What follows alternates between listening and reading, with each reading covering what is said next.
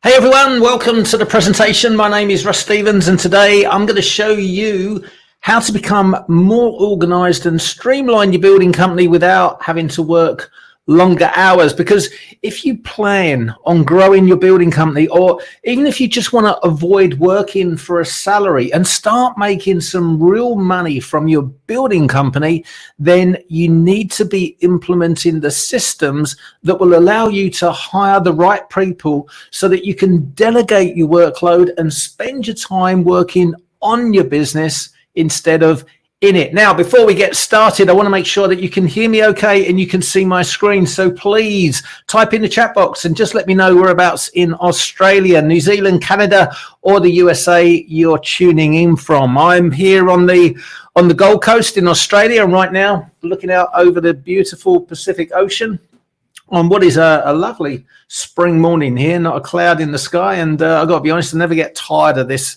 view. I moved to Australia from the UK back in 2006, but I still get excited every day just seeing the sun shining. So thank you guys. Eric in Texas, Daniel, Northeast US, Craig in Perth, David, Tasmania, John in Milwaukee, Dave in Tennessee, another Dave in Melbourne, Christo, Northern New South Wales. Daniel, but the video box is tiny. Okay, let's see if Peter can help you out with that. And Elizabeth in Defiance, Missouri. Welcome everyone. Dave in Perth. Excellent. Thanks a lot, guys. Now, just so I can get a feel for who is online with me today, can I ask you to let me know what type of building work you're primarily focused on? Is it new homes, renovations, commercial, or maybe something else? Or even if you're not a builder, type in the chat box and just let me know what industry you are in. So we do have a couple of guests with us today from Master Builders and the HIA in Australia, and also from the National Association of Home Builders in the USA. So welcome to you guys as well. And to assist me today, I have Peter from our marketing department answering questions in the chat box. So if you do have a question, please feel free to type it in and Peter will answer it for you. Cool. Looks like we are predominantly new homes. Excellent. Cool. Okay. Now, I've got another question for you. I just want to make sure that I'm covering the most applicable strategies for your building company. So can you just let me know how many projects you do in a year? Now, just select the option on the poll that relates to how many projects you expect to start over the next 12 months. And that will just enable me to make sure that I'm tailoring this presentation to be most relevant for your building company. So go ahead and just select the option there. That's excellent. Thanks, guys. Cool. Okay.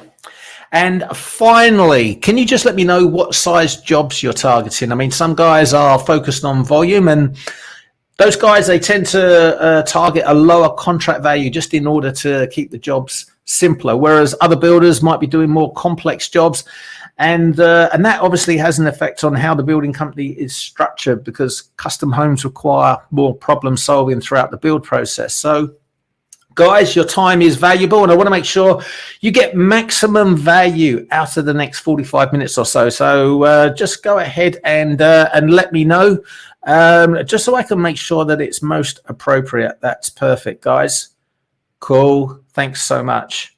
Excellent. Now, from what you guys have just shared with me, I think this is going to be a real eye-opener for you. This is perfect for your type of business. So let's go ahead and get started. Now, I'm guessing for a lot of you, this is probably not the first presentation you've attended that told you you need to systemize your building company. So the first thing that I do want to mention is that if you have ever tried to scale up your building company by hiring more staff and then ended up hiring the wrong people or working longer hours for less money, then it's really not your fault. The problem is your company structure, because it doesn't matter how many people you employ or even how good they are. If you don't have the right framework in place that allows your building company to grow safely and securely, then all that will happen is you'll end up working longer hours and building more homes, but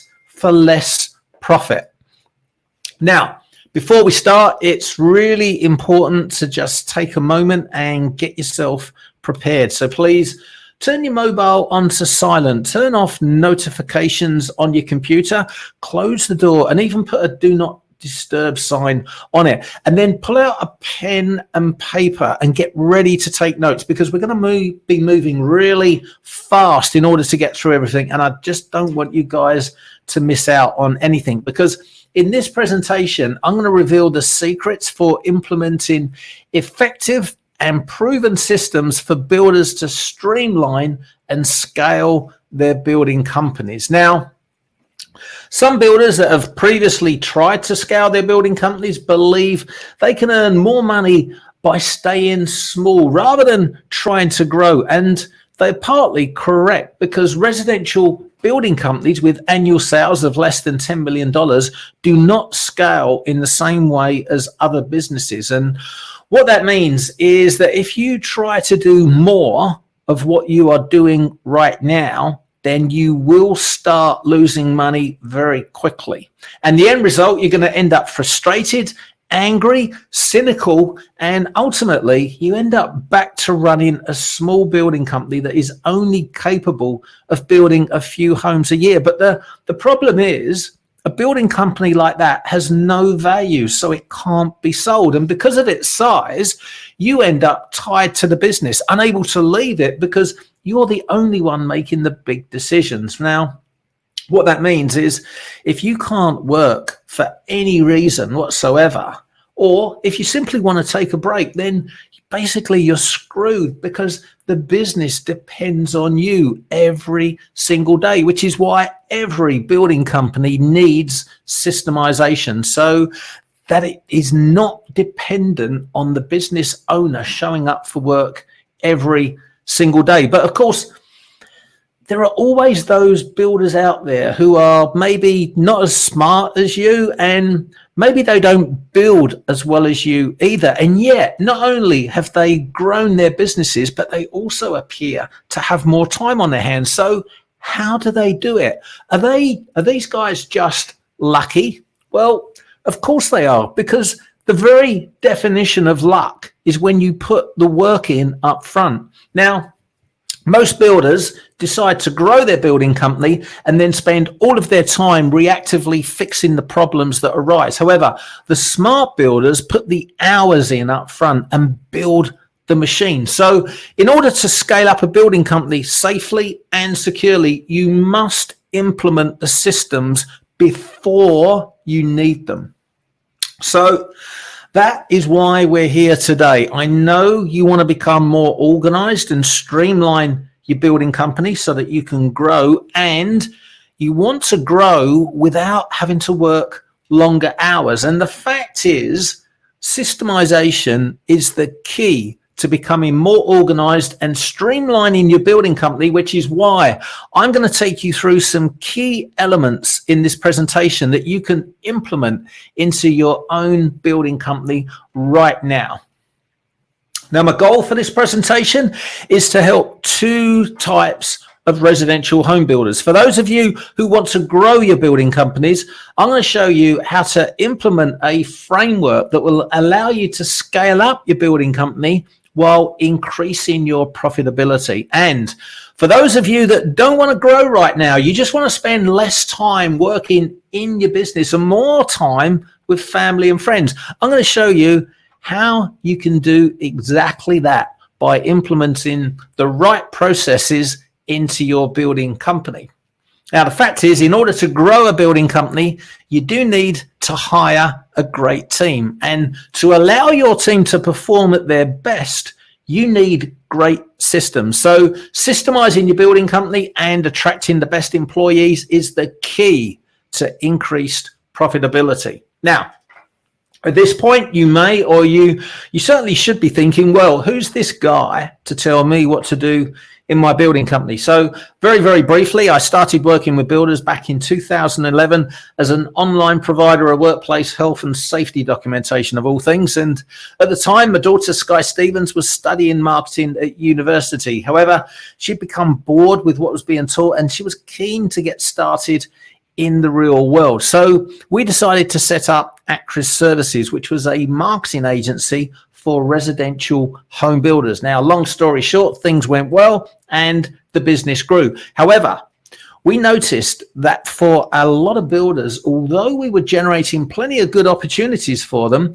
they were still not closing as many of those opportunities into sales as they should have been, which is why we decided to expand into sales training. And in 2014, we launched Acris Sales Training, and that went phenomenally well and grew really quickly. However, the closer we work with these builders, helping them with generating leads and then progressing those leads into contracts, the more we realized that they were not making the kind of money that they deserved to be earning, given the amount of hours they were putting in and also the risks that they were taking. Now, it became clear that they also needed help with increasing their margins and systemizing their building companies. So in 2015, we launched the Association of Professional Builders, which was a business coaching company dedicated to helping residential home builders to generate more leads, more sales, and increase their margins,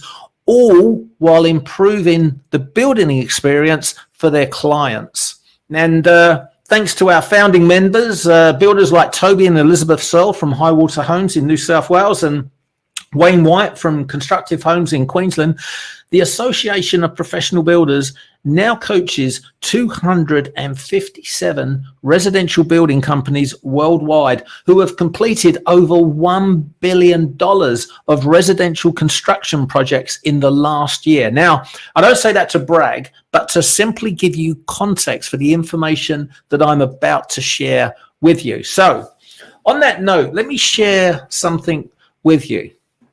Back in 2011, I agreed to meet with a custom home builder in Brisbane in order to take him through some workplace health and safety documentation that he'd just purchased for his building company. Now, I arrived just after lunch at his home because he had no office, and I was greeted at the door by him, and he had his phone in his ear, and he was like just kind of motioning me inside to his home. So I walked in and I sat down in his kitchen while then he wandered off and just continued with his conversation. Now, for another 15 minutes or so, he continued on the phone, and I could tell that he was getting more and more frustrated with whoever was on the other end of the phone. And then finally the call ended and he appears at the entrance to the kitchen, and he's got a bit of a concerned look on his face. And he says to me, he says, that's another $5,000 down the drain.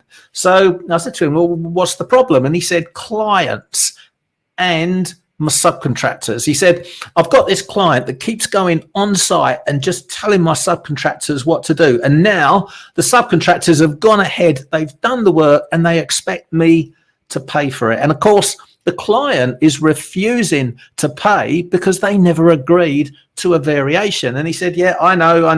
I shouldn't have to pay the subcontractor because I never asked them to do it in the first place. But at the end of the day, I need these guys back on site in the future. So either I suck it up or I'm going to end up losing my subbies. Now, this was a story that I'd heard 100 times before from builders that felt powerless when they were caught in the middle of a situation like this. And this wasn't the first time that it had happened with this builder and this particular client. And the builder knew that it was probably going to happen again with a different subcontractor. And at that point, he's starting to wonder, like, is there going to be any profit left in this job by the time I get to the end of it? And he said to me, he said, I just don't know what to do.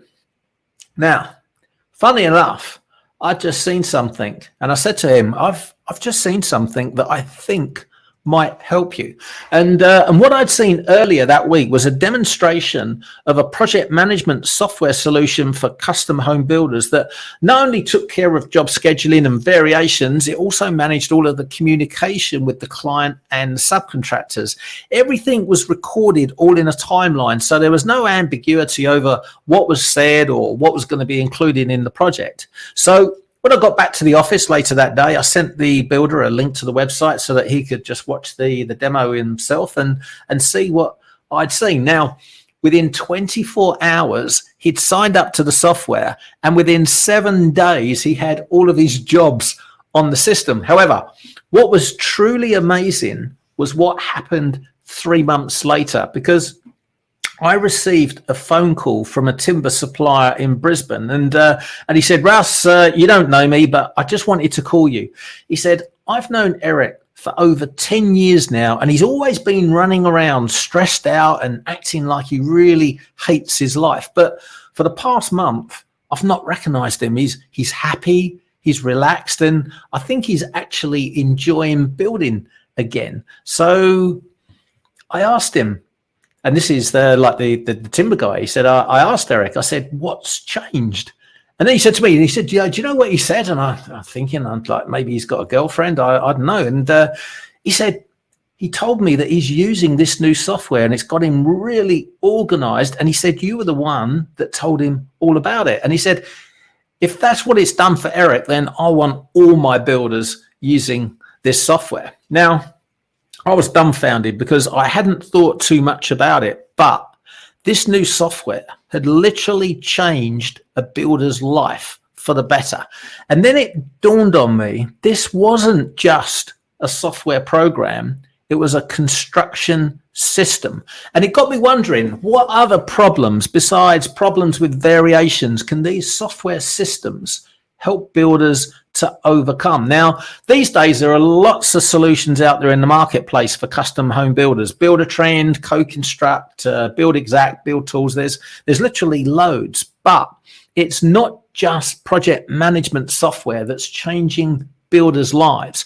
There are systems for capturing leads, nurturing leads, managing sales opportunities, recruitment, construction financials. There are literally systems that save builders time in every aspect of their business, streamlining their operations, automating tasks, and eliminating bottlenecks. And none of this is theory, because builders like Rob Bauer have successfully used systems to actually build faster. And as a result, they've been able to increase their net margins to a staggering 40% net profit. So the 3 secrets that I'm going to take you through today are how a rubber mallet put a dent in America's car manufacturing industry and what that means for builders, and how you can systemize your subcontractors, and my personal favorite, how to manage your growing team and keep them aligned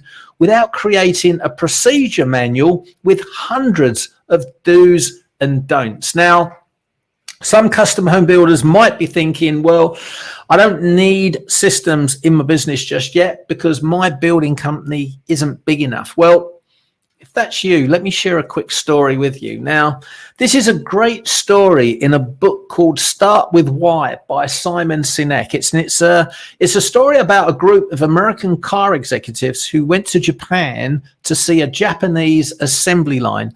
At the end of the assembly line, the car doors were placed on their hinges exactly the same way that they do it in America. However, there was one thing that was missing. Now, in the US, a line worker would get a rubber mallet and just tap the edges of the door to ensure that it fitted just perfectly. But in Japan, that job didn't exist. So the visiting executives, they asked the Japanese guide, they said, "At what point do you ensure that the door fits perfectly?" And the guide just looked at them and smiled and said, "We make sure it fits when we design it." Now, you see, in the Japanese plant, they didn't look at the problem and then attempt to figure out how to correct it. Instead, they engineered the outcome that they wanted from the very beginning, because if they didn't achieve their desired outcome, they knew it was because of a decision that they'd made right back at the start of the process. And at the end of the day, the doors on both the American-made cars and the Japanese-made cars all appeared to fit when they rolled off the assembly line. The only difference was the Japanese didn't need to employ someone to hammer doors, and they didn't need to buy any rubber mallets either. But more importantly, the Japanese doors were more likely to last longer and were arguably more structurally sound in the event of an accident, and all because they ensured the pieces fitted together perfectly from the very start. So what the American car makers did with their rubber mallets is actually a metaphor for how so many builders lead their building companies. When they're faced with a situation that doesn't go according to plan, then short-term tactics are employed until the desired outcome is achieved. But how much wasted time and money are those solutions really costing you?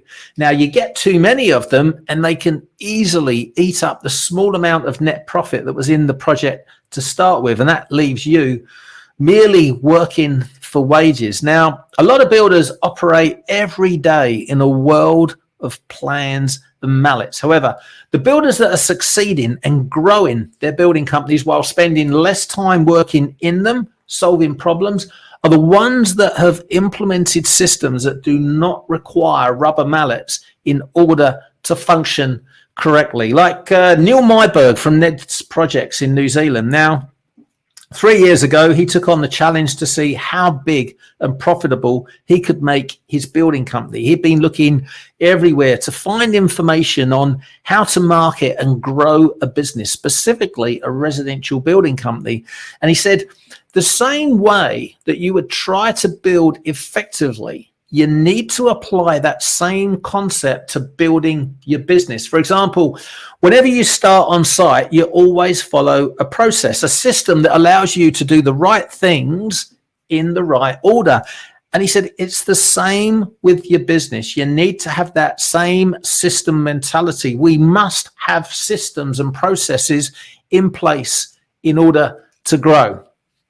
Now, some builders believe that they don't have the time to spend planning everything out, because if they did, they'd never get the project started. However, that's a false economy, because you pay either way. You either pay up front with your time, or you pay later with interest. It always takes far longer to fix a problem than it does to avoid one. Now, other builders believe that because they are building a custom home, which has never been built before, that it's impossible to predict problems on site. I mean, how could you possibly know that the aircon unit wouldn't fit in the loft until the framing was in? But you can, because there's software available now that's easy to use, which allows builders to identify design conflicts long before construction starts. And that saves valuable time on site and reduces cost overruns and those profit destroying delays. You just need to invest time up front in order to save time later on.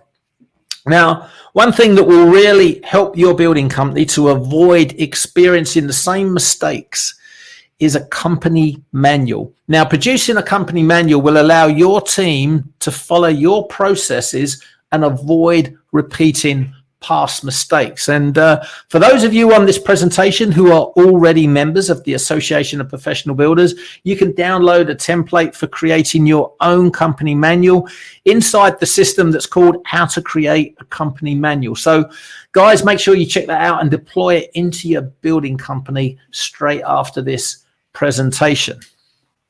So guys, right now you've got two choices. You can continue using a rubber mallet in your building company in order to fix up problems, or you can implement systems that will allow your doors to fit perfectly the first time. So guys, is this making sense? Do you see how this can help you not only to save time, but also help to streamline your building company? Go ahead and just type in the chat box and let me know. And do you see how easy it is to be reactive and then get stuck on that treadmill of fixing up never-ending problems. And do you see how you can break the cycle by just looking further ahead in your building company and then just identifying potential problems that are on the horizon? So go ahead, type in the chat box. Just let me know the number one thing that you're going to fix up in your building company this week.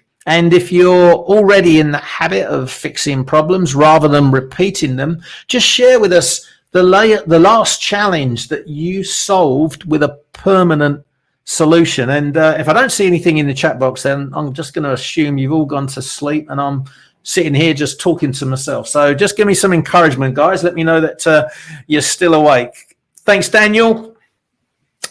Daniel got a great system with the actual business process. Good stuff, Daniel. What was the last big challenge that you fixed up, Daniel?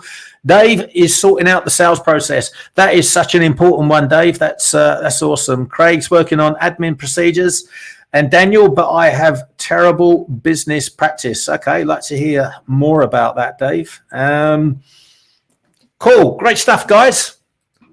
Okay, so a lot of custom home builders think I'm okay with email and spreadsheets, but a lot of these new software programs are just way too complicated and not worth the time it takes to learn them. So just let me share a quick story with you on that. Now, I think it was around about 2012, a builder that was a client of mine called Chris, he rang me to say that he was going to be in Brisbane for a couple of days as he was up from Sydney on business. And he just asked if I'd like to catch up for a couple of drinks. Now, I've never met Chris in person, so it was a good opportunity to spend a bit of time just finding out a bit more about his building company. So we agreed to meet up at a bar overlooking the Brisbane River late one Wednesday afternoon, and I got there early and just started checking my phone for messages. Now, when Chris arrived, the first thing he did was pull out his laptop, saying that he just had to quickly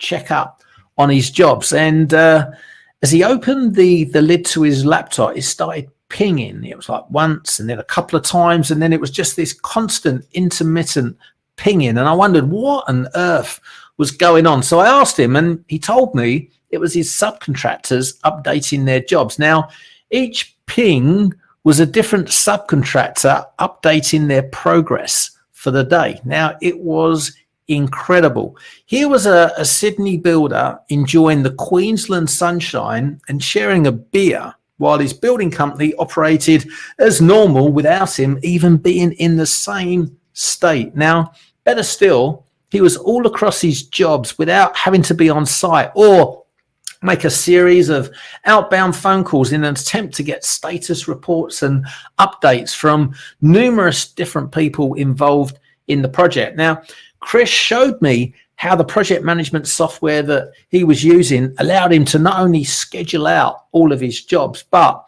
it also gave all of the subcontractors advance warning of when they would be needed on site. And it automatically updated them whenever there was a delay that pushed back their start date. And it also just allowed them to update their own progress and then mark their own activities as complete when they finished on site. So all that was left for his supervisor to do was monitor what was going on and update the job schedule to pull things forward whenever they found themselves ahead of schedule. Now, this thing was an absolute thing of beauty. But here's the best part. Chris then went on to share with me how he was planning to expand his business beyond Sydney and go interstate. And it was all because of his project management software system. And 12 months later, he did exactly that. He expanded into Melbourne and then Adelaide. And all the while, he stayed in control of exactly what was happening in each project, no matter where it was located, because he had the systems that allowed him to do that. And now there's lots of builders like Chris doing that exact same thing. They're using systems to not only manage their building company better, those same systems are helping them to deliver a better client experience, which leads to more referrals, more contracts and higher margins. Builders like Toby and Elizabeth Searle from Highwater Homes in New South Wales, Australia. Now, Toby said, if you're running the business on your own, then you go from being on the tools all the time to trying to create systems. And you can't create happy clients if you don't have the right systems and practices. And we know that often people are very unhappy with the build processes. But what he said was, if we educate the clients, we get the quality of clients we want. And we're now getting clients coming to us who we want to build for. And if you believe that now is not the right time to be implementing systems into your building company because everything is just running fine right now, well, that's great. But be aware that scaling a building company will put pressure on all of the components in your business, and the weakest links will break. So you can either address them now, or you can wait until you're presented with a massive problem to fix later on. Now, one thing that you can do right now in order to avoid stretching your resources and to ensure that your construction funnel is well balanced for the future, even when operating at full capacity, is to implement construction slots to stagger your start dates. Now, construction slots will allow you to balance out your workload over the course of a year and avoid situations where you have multiple handovers occurring in the same month, or too many jobs at the same stage of construction that end up holding each other up. Now, a lot of builders I speak to, they tell me that, you know, they don't need to micromanage their subcontractors because they got a team and the subcontractors know what needs to be done. But here's the thing, you don't need to micromanage anyone, because what we're using here is a process called exception reporting. Now, basically, we get notified when something didn't happen, something which, if it was left unchecked, it's going to have big consequences for the rest of the project. So we don't need to know when everything is going to plan. We don't even need to check that everything is going to plan, but we do need to know as soon as things go wrong so that we can take action quickly. Now, if you haven't already implemented construction slots into your building company, then you can download a construction slot planning template from inside your members portal. It's inside the system called Setting Up Construction Slots. The beauty of using construction slots is that it doesn't just help with streamlining your operations. It also helps you with your sales process, because by pre-planning your start dates, you can create urgency and even scarcity for clients at the prelim stage. Now, how many times have you had a client drag out or delay sign a contract because they just weren't in a hurry? Meanwhile, you just wanted to get the job started. But if you implement construction slots, that's going to solve the problem for you. So make sure you dive into your members area and just deploy that system into your building company today. So now you know how you can automate a lot of your scheduling and even systemize your subcontractors. And who would have thought you could systemize subcontractors? Knowing that, you can either continue doing it the old way and then just wait for a day when it all falls over in a heap, because at some point, if you're scaling, it doesn't matter how good you are, it's impossible to schedule and run more jobs without a system. So you can carry on as you are, or you can future-proof your building company and start implementing scheduling automation now before you think you need it. Okay, guys, I need your feedback in the chat box again. Is this all making sense? Can you see how it really is possible to automate a lot of the communication that is generated from job scheduling? Just let me know in the chat box. And do you see why you need to act now in order to avoid setting up your team for failure? And let me know, guys, who is currently using the automatic communication features inside project management solutions that are currently available for builders? Just type in the chat box and let me know. Just want to know who's on the cutting edge of technology on here today. Cool. Thanks, guys. Well, we got Lisa, Dave, Habib, Daniel, Dave, Daniel. I don't use software at all, Daniel. Okay, that's interesting. That's if you're planning on scaling, that's going to be a real Achilles heel in your building company. Habib, we use Buildertrend. Yeah, we hear a lot of great things about both Buildertrend and CoConstruct. Yeah, Daniel, young guy but very old school. Excellent. Dave's using CoConstruct for communication. Got better at software. Dave is, I got to get better at software as I process looking at whiteboards better.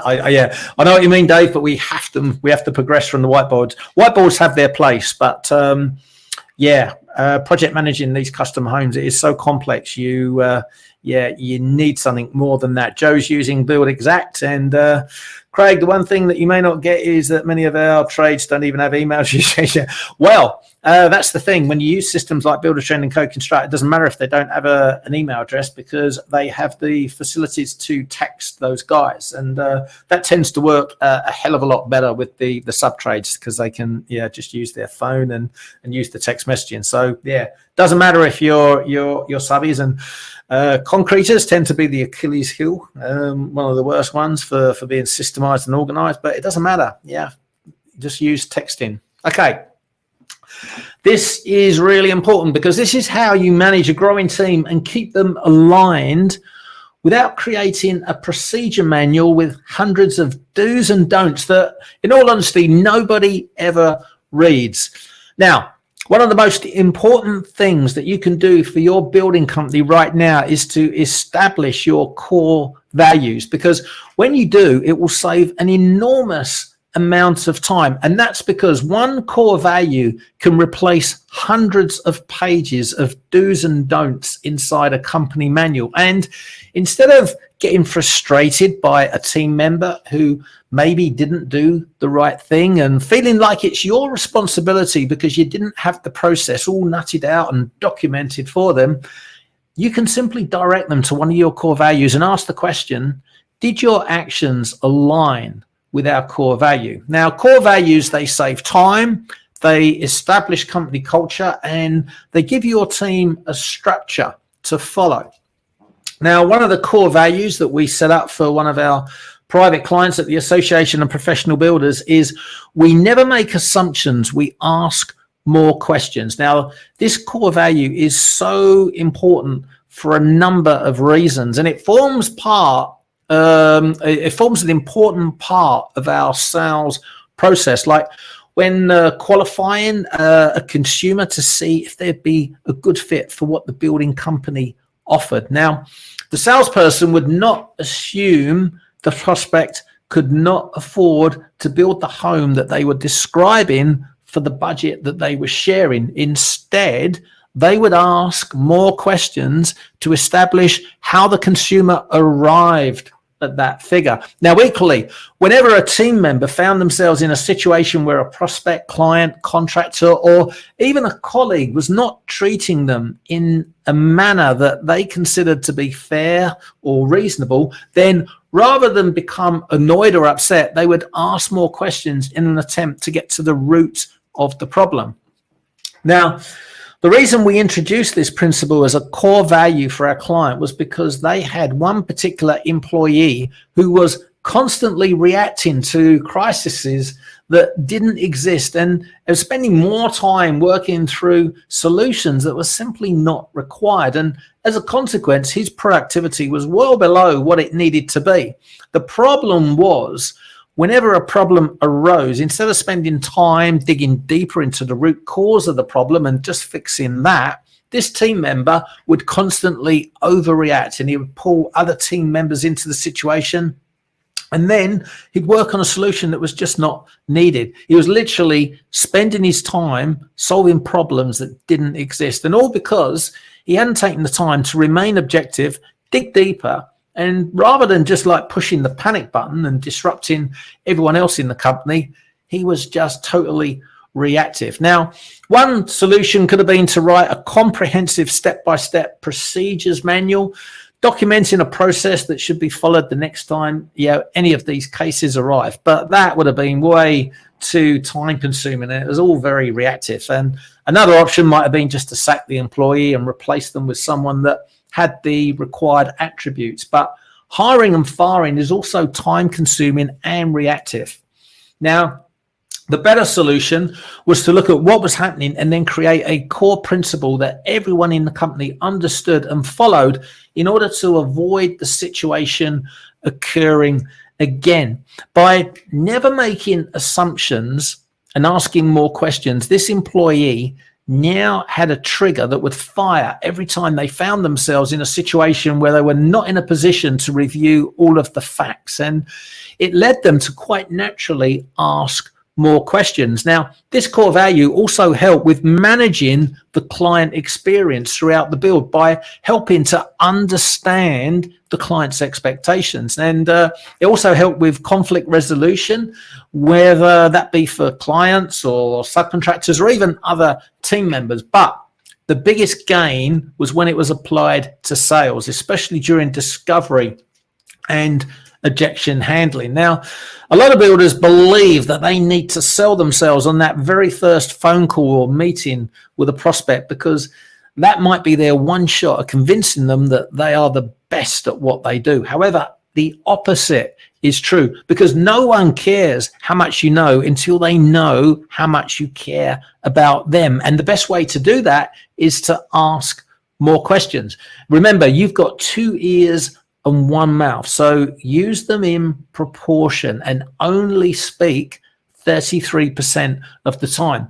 Now, when your prospect responds, don't move on to your next thought. Just listen to their answers and really listen to them, and then ask more questions on that same thread. And that way you go deeper and build a much better connection and understanding of what they're looking to achieve. Now, when it comes to core values, some builders are of the opinion that core values they're just words on paper and they're going to get ignored. However, that's what happens when you don't live your core values.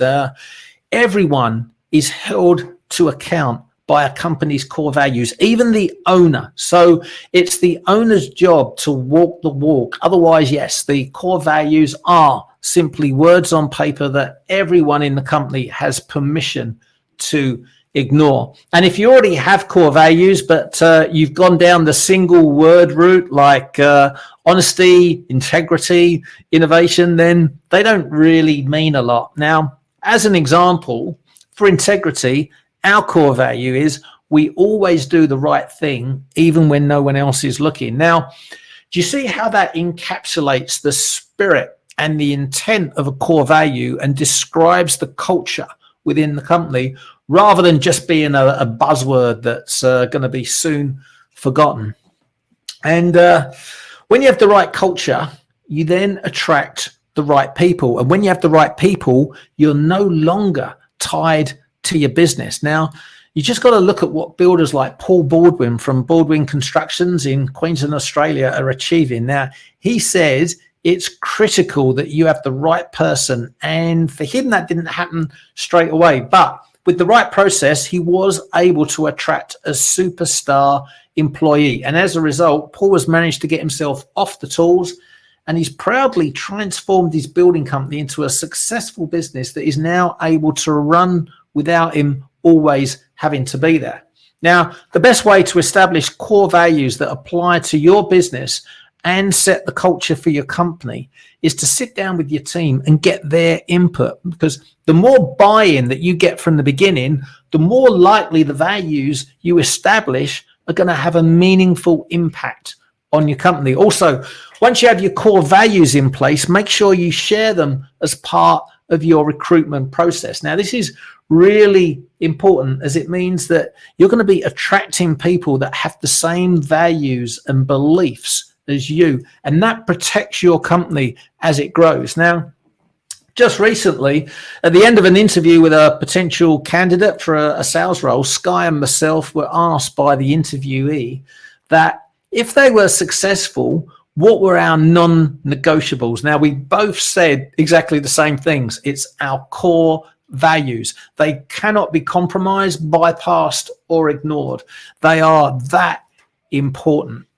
And if you need to establish core values for your building company, or if you feel now is the time to just review your existing core values, then make sure you download the core values cheat sheet inside your members portal. And you're going to find it inside the system for setting your company culture, which is ready for you to deploy into your building company right now.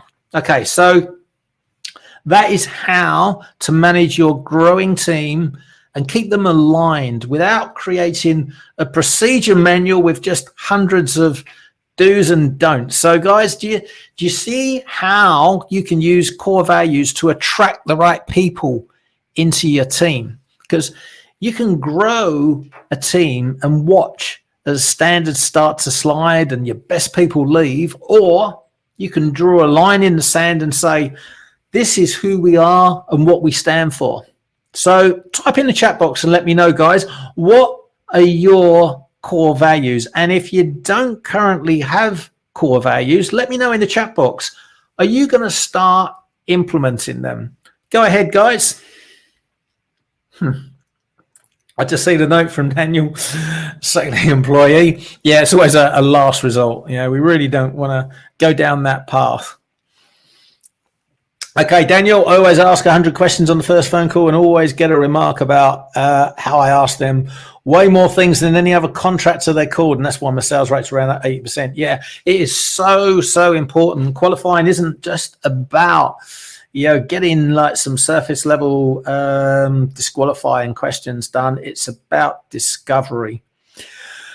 Daniel, this honestly has made so much sense in how I run my crews. Fantastic. Good to see. Anyone else got anything there? Cool.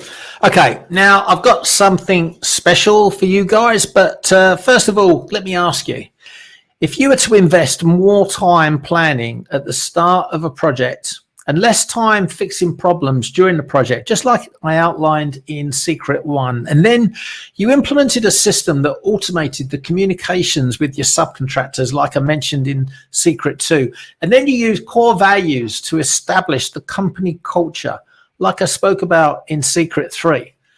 Do you think your building company would become more organized and streamlined? Just type in the chat box and let me know. And also, let me know, did this presentation give you the answers you were looking for when you signed up?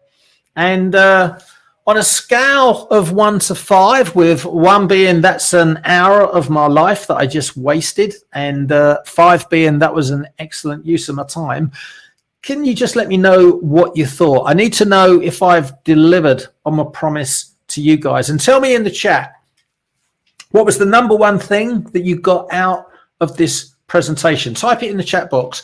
What's the first thing that you are now going to learn more about in order to implement it into your building company? And go ahead. I'd love to hear what you guys got out of our time together and what you're going to do next, because right now you got two choices. You can carry on working longer and longer hours as your building company grows, or you can become more organized and systemize your building company. It really is your choice. But if you want the latter, you must take action. Great feedback, guys. Thank you so much for that. Cool. That's excellent. Okay, so for those of you on this presentation who are not currently members of the Association of Professional Builders, let me ask you a question. How many of you are serious about systemizing your building company? And how many of you are keen to get started, but you just don't have the tools that you need right now? Now, hearing about all these strategies and tactics that you need to be implementing, it can be a little overwhelming when you hear it all for the first time, especially in a condensed format like this. However, there really is no need for you to try and figure out everything yourself on your own, because all of the systems and processes that you need to generate more leads, more sales, and increase your margins are available for you to download right now when you join the Association of Professional Builders. So if you are interested in finding out exactly what you get as a member of the APB, then today is a good day to join, because we put together something special to offer you guys who are on this presentation right now. So is it okay if I spend the next 10 minutes or so just taking you through what we've put together? Let me know in the chat box while I just grab a quick drink of water. And guys, it's fine if you don't want to follow this advice. We're happy to share what's working for other residential building companies just like yours, but if you'd rather go it alone, that's okay. Just let me know in the chat box if you'd like to see not only what you get as a member of the APB, but also I can show you how it's helped other custom home builders just like you. Dave, we just need the processes. Okay, can probably help you with that. Cool. Okay, thanks. Okay, now we're going to stop broadcasting live on Facebook and YouTube now, because this offer is only for those of you that have registered for this presentation.